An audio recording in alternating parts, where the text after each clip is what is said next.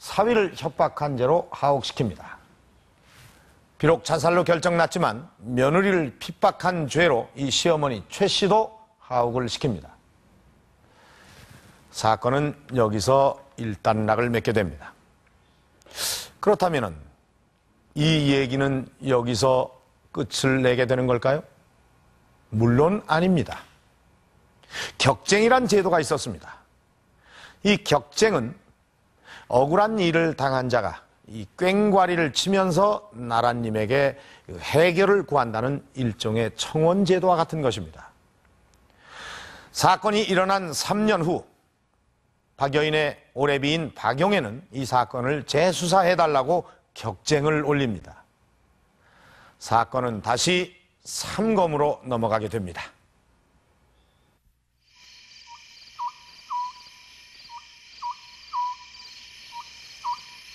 정조 14년인 1790년 황해도에 새로운 관찰사가 부임한다. 새 관찰사 엄사만은 박용혜의 격쟁을 받아들여 재수사에 들어간다.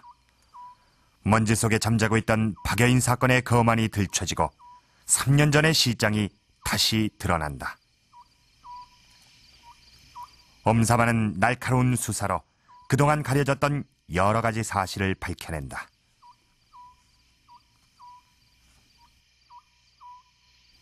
그가 처음 주목한 것은 당시의 초검관 정경증과 복검관 이서회가 조씨 집안의 먼 친척발 된다는 사실이었다. 원래 친인척 관계에 있는 사람은 검실 맡을 수 없게 돼 있었다. 게다가 정경증은 시신의 가족에게 주게 돼 있는 시장을 박장혁에게 넘겨주지도 않았다. 여러 가지 정황으로 봐 사건 처리에 문제가 있다고 생각한 엄사만. 그는 이 사건을 살인으로 보고 적극적인 재수사를 형조에 요청한다.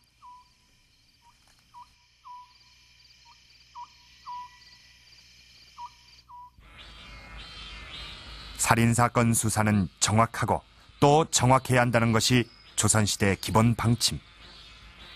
형조의 보고를 받은 정조임금은 특별히 암행어사 이곤수를 평산에 파견한다. 당시 그 암행어사로 파견된 이곤수는 당시 노론계의 정지검이라든가 이 남인계의 잘 알려진 정약용과 같이 귀장각에서 정조가 직접 키운 아주 신이 많은 측근 신하입니다.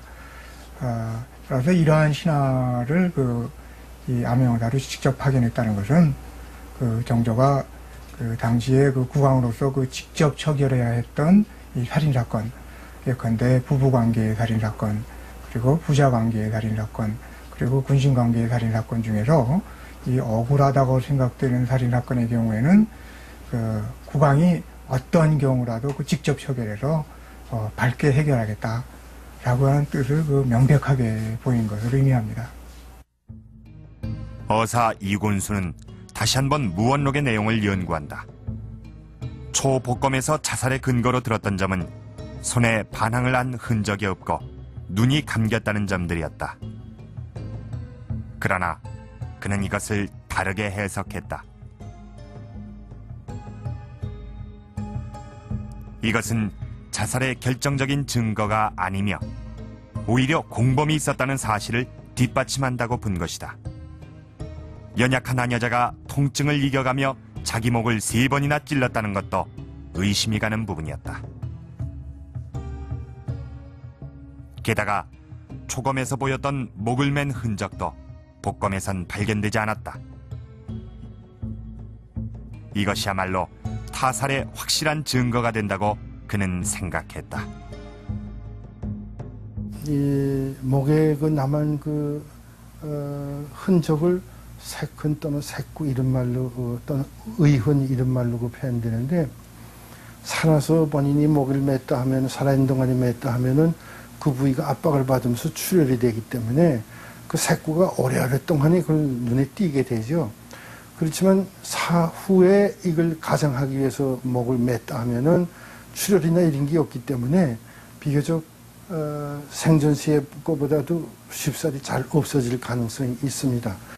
더군다나 특히 더 이걸 완전히 아주 결정적으로 타살이라고 볼 수 있는 것은 상처 위, 더군다나 치명상 위에 세컨이 있다 하는, 목을 맸다 하는 것은 죽은 다음에, 칼이 찔려서 죽은 다음에 목을 맸기 때문에 색구가 치명상 위로 지나갔다. 이렇게 봐지는 거죠. 만약에 본인이 목을 찌르고 그리고 목을 맨다 하는 건 있을 수가 없지요. 그러니까 누군가가 목을 찌르고 그걸 가상하기 위해서 목을 맸다 하는 그런 근거가 뚜렷이 이렇게 나오게 되는 거죠. 암행어사 이곤수는 이런 사항들을 종합해서 사건의 결과를 뒤집는다. 의문에 쌓여있던 새색 씨의 자살은 이렇게 해서 살인사건으로 판명이 된다. 박여인이 죽은 지 3년의 수사 끝에 사건의 진상이 밝혀진 셈이다. 이 한적한 지방 여염집 안방에서 일어난 변사 사건입니다. 이 사건을 해결하기 위해서 수령이 나서고 또 관찰사가 나서고 결국 왕과 암행어사까지 나서게 됩니다.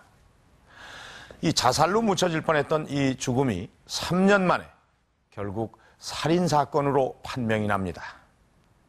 자, 이제 죄인을 벌할 차례죠. 내 죄를 네가 알렸다. 저놈이 이실직고할 때까지 매우 쳐라. 이 조선시대 처벌하면 아마 이런 장면이 가장 먼저 떠오르실 겁니다. 그러나 이것은 이 형이 확정돼서 그 벌을 내리는 것이 아니라 형을 내리기 전에 그 자백을 받는 모습입니다. 그러다 보니 이 죄인의 자백을 얻어내기 위해 관리들이 이 물리적인 폭력을 동원하곤 했습니다. 이것이 바로 고신입니다. 이 고신은 요즘 말로 치면 고문이라고 할 수가 있습니다. 이 조선시대 고신은 수사의 합법적인 한 방법이었습니다. 살인사건 수사의 마지막 단계라고 할 수 있는 이 고신에 대해 알아보기 위해 먼저 조선시대 형벌제도를 살펴보도록 하겠습니다. 조선의 형벌제도는 5가지로 나뉘었다. 태형은 싸움을 했다거나 하는 가벼운 죄를 지었을 때 주는 형벌이었다. 주로 아이들이나 부녀자들이 이 태형을 받았는데 가느다란 회초리 같은 도구로 10대부터 50대까지 칠 수 있었다.